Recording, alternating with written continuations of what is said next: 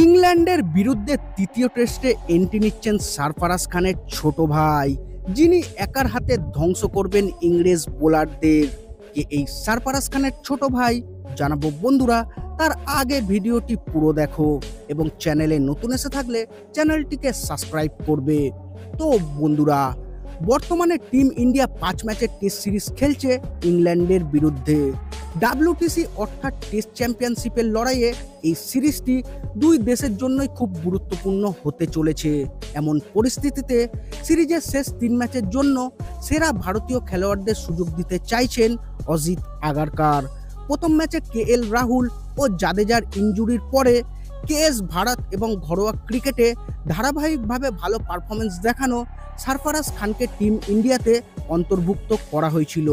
এখন ধারণা করা হচ্ছে ইংল্যান্ডের বিপক্ষে টেস্ট সিরিজে সুযোগ পেতে পারেন সারফারাজের ছোট ভাই মুশির খানও।